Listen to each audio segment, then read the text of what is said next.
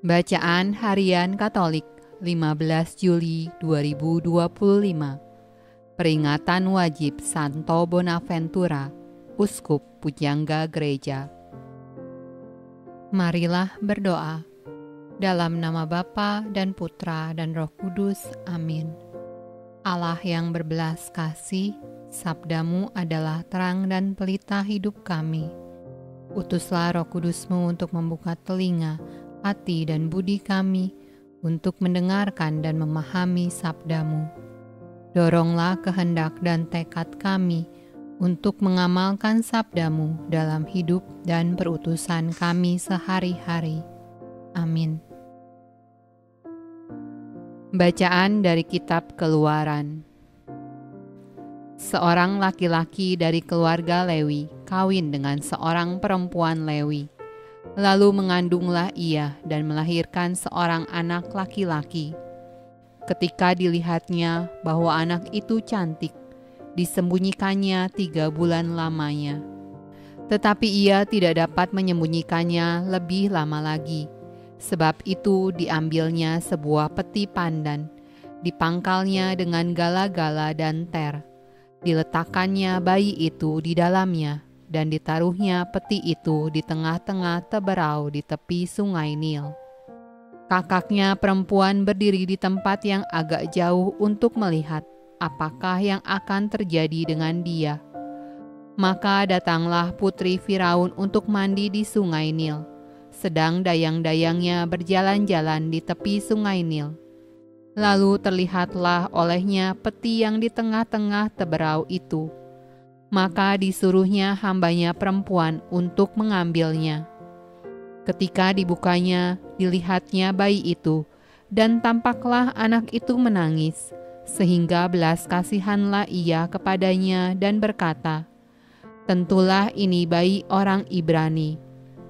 Lalu bertanyalah kakak anak itu kepada putri Firaun, "Akan kupanggilkah bagi tuan putri seorang inang penyusu dari perempuan Ibrani untuk menyusukan bayi itu bagi tuan putri?" Sahut putri Firaun kepadanya, "Baiklah." Lalu pergilah gadis itu memanggil ibu bayi itu.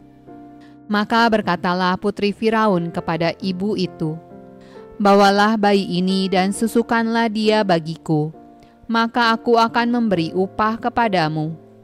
Kemudian perempuan itu mengambil bayi itu dan menyusuinya. Ketika anak itu telah besar, dibawanyalah kepada putri Firaun yang mengangkatnya menjadi anaknya dan menamainya Musa, sebab katanya, "Karena aku telah menariknya dari air." Pada waktu itu, ketika Musa telah dewasa, ia keluar mendapatkan saudara-saudaranya untuk melihat kerja paksa mereka. Lalu dilihatnyalah seorang Mesir memukul seorang Ibrani, seorang dari saudara-saudaranya itu. Ia menoleh ke sana sini, dan ketika dilihatnya tidak ada orang, dibunuhnya orang Mesir itu, dan disembunyikannya mayatnya dalam pasir. Ketika keesokan harinya ia keluar lagi, didapatinya 2 orang Ibrani tengah berkelahi. Ia bertanya kepada yang bersalah itu, "Mengapa engkau pukul temanmu?" Tetapi jawabnya, "Siapakah yang mengangkat engkau menjadi pemimpin dan hakim atas kami? Apakah engkau bermaksud membunuh aku, sama seperti engkau telah membunuh orang Mesir itu?" Musa menjadi takut sebab pikirnya, tentulah perkara itu telah ketahuan. Ketika Firaun mendengar tentang perkara itu, dicarinya ikhtiar untuk membunuh Musa.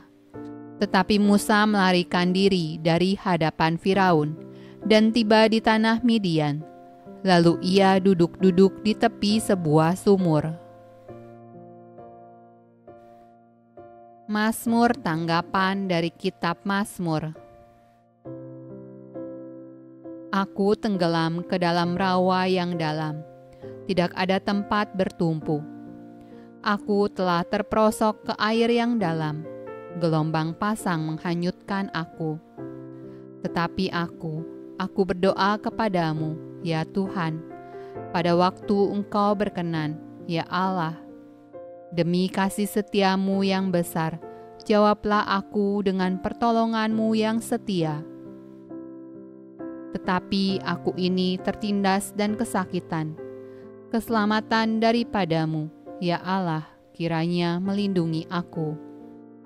Aku akan memuji-muji nama Allah dengan nyanyian, mengagungkan Dia dengan nyanyian syukur. Lihatlah, hai orang-orang yang rendah hati dan bersukacitalah. Kamu yang mencari Allah, biarlah hatimu hidup kembali.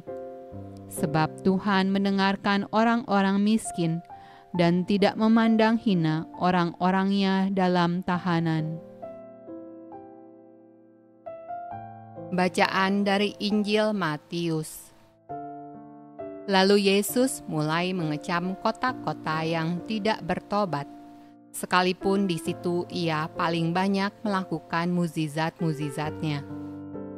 Celakalah engkau Korazim, celakalah engkau Betsaida, karena jika di Tirus dan di Sidon terjadi mukjizat-mukjizat yang telah terjadi di tengah-tengah kamu, sudah lama mereka bertobat dan berkabung. Tetapi aku berkata kepadamu, pada hari penghakiman, tanggungan Tirus dan Sidon akan lebih ringan daripada tanggunganmu. Dan engkau Kapernaum, apakah engkau akan dinaikkan sampai ke langit? Tidak, engkau akan diturunkan sampai ke dunia orang mati. Karena jika di Sodom terjadi mukjizat-mukjizat yang telah terjadi di tengah-tengah kamu, kota itu tentu masih berdiri sampai hari ini. Tetapi aku berkata kepadamu, pada hari penghakiman, tanggungan negeri Sodom akan lebih ringan daripada tanggunganmu. Demikianlah sabda Allah. Terpujilah Kristus. Dalam nama Bapa dan Putra dan Roh Kudus. Amin.